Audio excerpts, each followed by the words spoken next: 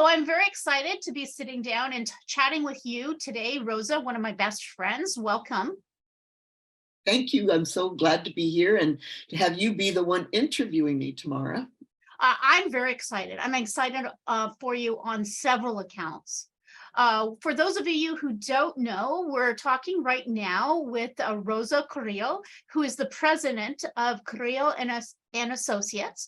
And Rosa, you've been in the health and safety industry for what, just over 25 years now? Yes. Very And early the on.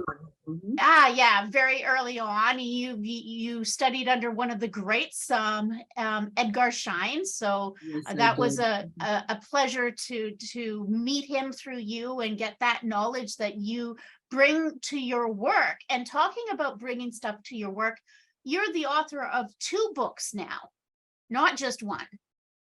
That's right. So for those of you who don't know but want to look it up, Rosa has written one book. Her first book was The Relationship Factor in Safety Leadership, Achieving Success Through Employee Engagement. And then you have another book that is just coming out. It's not out. It hasn't hit the shelves yet, right? Right. It's coming out in May. In May, but you can pre-order it on Amazon. Yes, you can. And so the title of that book is Health and Safety Leadership Strategy, How Authentically Inclusive Leaders Inspire Employees to Achieve Extraordinary Results. Did I get that right? You got that right. I know it's a mouthful. It is. It is.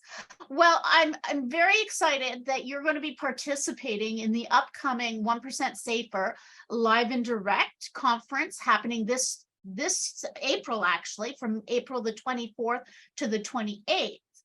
And I was really interested in hearing from you, what are you passionate about? We know you've written these great books, but in your area of expertise, can you share with our listeners a bit about what Rosa is really passionate about?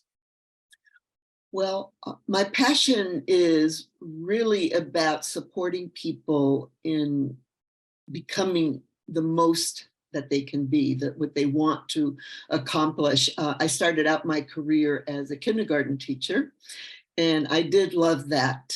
Everything you needed to learn, you learn in kindergarten. And then when you're a kindergarten teacher, you learn it all over again. When I moved into corporate teaching, I found out that the same things were still missing from the environment, which was getting along, sharing, and being nice to each other. So I became very interested in organizational effectiveness, organizational development, and I got my master's degree from Pepperdine University in organizational development.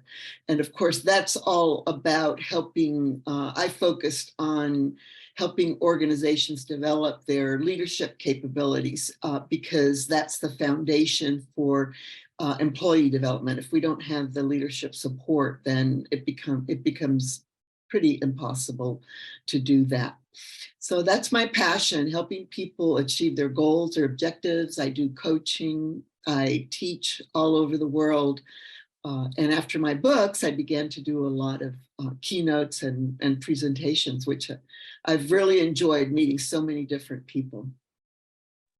I find it kind of interesting that you started on one end of the spectrum with children in school. You said kindergarten. And then Yes. now you're coming over to the other end of the spectrum where you're working with full-grown adults in the workplace. Yes. Is there any learnings that you're bringing as your professional teaching self into the work world that you could maybe share with other leaders to think about? Well, that's a very interesting question, Tamara. Thanks for that. What I have found, of course, as a teacher, when you're being educated and trained, it's about learning the social aspects of how children learn. And there's a big difference between the way children learn and adults learn, which essentially boils down to how you create psychological safety with different and various groups. But the needs are consistent. The needs of the children are to be respected, to be heard, to be seen. They expect fairness. And those things are, if they don't have those things, they don't develop emotionally and they don't develop cognitively. Yeah. Yeah. And as you go into the workplace, I think that, well, I know because I was a professor in one of the premier MBA programs at Pepperdine University. I know they never cover those social aspects of how to work with people, how to manage people. And you and I have talked about the group dynamics, right? Mm-hmm. Yeah. Which you were trained as a social worker. So you also had to learn all these different aspects of how to work with people and what happens when we get into a group. And all of that is really missing from the management education. So that is what my new book focuses on, providing those missing links for the managers and leaders of what really motivates people and how to get that accountability that everybody wants, the ownership and accountability, which you can't get unless you're meeting those social needs of recognition and inclusion. Absolutely. Absolutely. And also to go on top of that, inclusion is very key, and you and I have also discussed that. But part of inclusion and creating an equitable environment is also kind of backing up, like you do with children. Like as a parent, I know I do this with when my child was. What does this person need in order to be successful and learn is going to be very different than if you have a second child. And it's the same in the workplace, would you say, with adults, that you have to kind of step back and look at different people's learning styles? Yes, we do. I mean, we want people to see us as individuals, to recognize us, to see our contributions as individuals. Saying thank you to the whole team doesn't do very much. But saying thank you to a person and looking at the eye and saying, God, thank God, I can always count on you to be on time because I really need your support. Then you're touching, at a core need that individuals have. In the title of my second book, I made a point of authentically inclusive leaders because employees pick up when you're just faking it, basically, right? You go to a class and you learn some of the techniques about how to include people in a conversation. So tell me what you think, Tamara. And then before you can say anything, I interrupt you.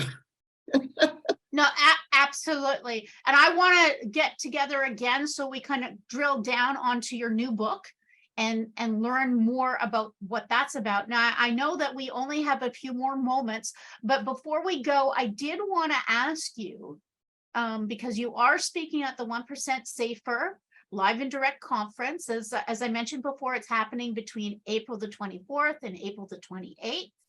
And so can you kind of give us a teaser about what you'll be talking about in your session? Oh, yes. Well, during COVID, I started collecting data by talking to safety professionals about their experiences. And I uncovered basically what we all know, that during COVID, there was a lot of suffering in the workplace where because safety professionals were considered, what was the term we used? Not mandatory employees, but essential. We call them essential employees. So the safety professionals had to show up on the floor every day, whereas the managers were all working from home, all safe, right?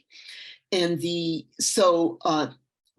safety and health advisors de facto became the leaders during COVID. They were looking out for people, making sure they were safe. When I was talking to these folks, they were very caring. They were very interested in the individuals and keeping the individuals safe. So it came to me that COVID had brought an opportunity for us to recognize the true value of the safety and health advisor in the workplace, that they do have leadership capability, but we haven't recognized it to date, and that it's time to do it. And that's how the title came out, that health and safety as a leadership strategy, because it really stems from, let's show our employees that we care about their well-being. And it's well documented that that is motivational and that actually it has great business results. And I think the safety and health advisor is in a great person or a great role to carry that message out and can have a lot more impact on the workplace than we allow them to have at this time. I absolutely agree with you. It's like leaning into our superpower. You know, we're not business people that like to put on suits and go up into the boardroom and put on a show. We're authentic people that really have gotten into this because we genuinely care that people are looked after and protected and kept safe. So I love what you're doing, that you're saying, let's lean into our superpower and be leaders in our authentic way. Well, Yes. that's all the time we have today. Did you have something you wanted to add to that? Well, also that I want managers to recognize that superpower, because I don't think they do at this time. Not at this time. Well, we're going to have to come back for another session together. It's always lovely talking with you. And I'm looking forward to seeing your session at the 1% Safer Live and Direct conference. It's going to be an online conference, everybody, happening April the 24th to the 28th. So thank you so much, Rosa, for coming today. Thank you, Tamara.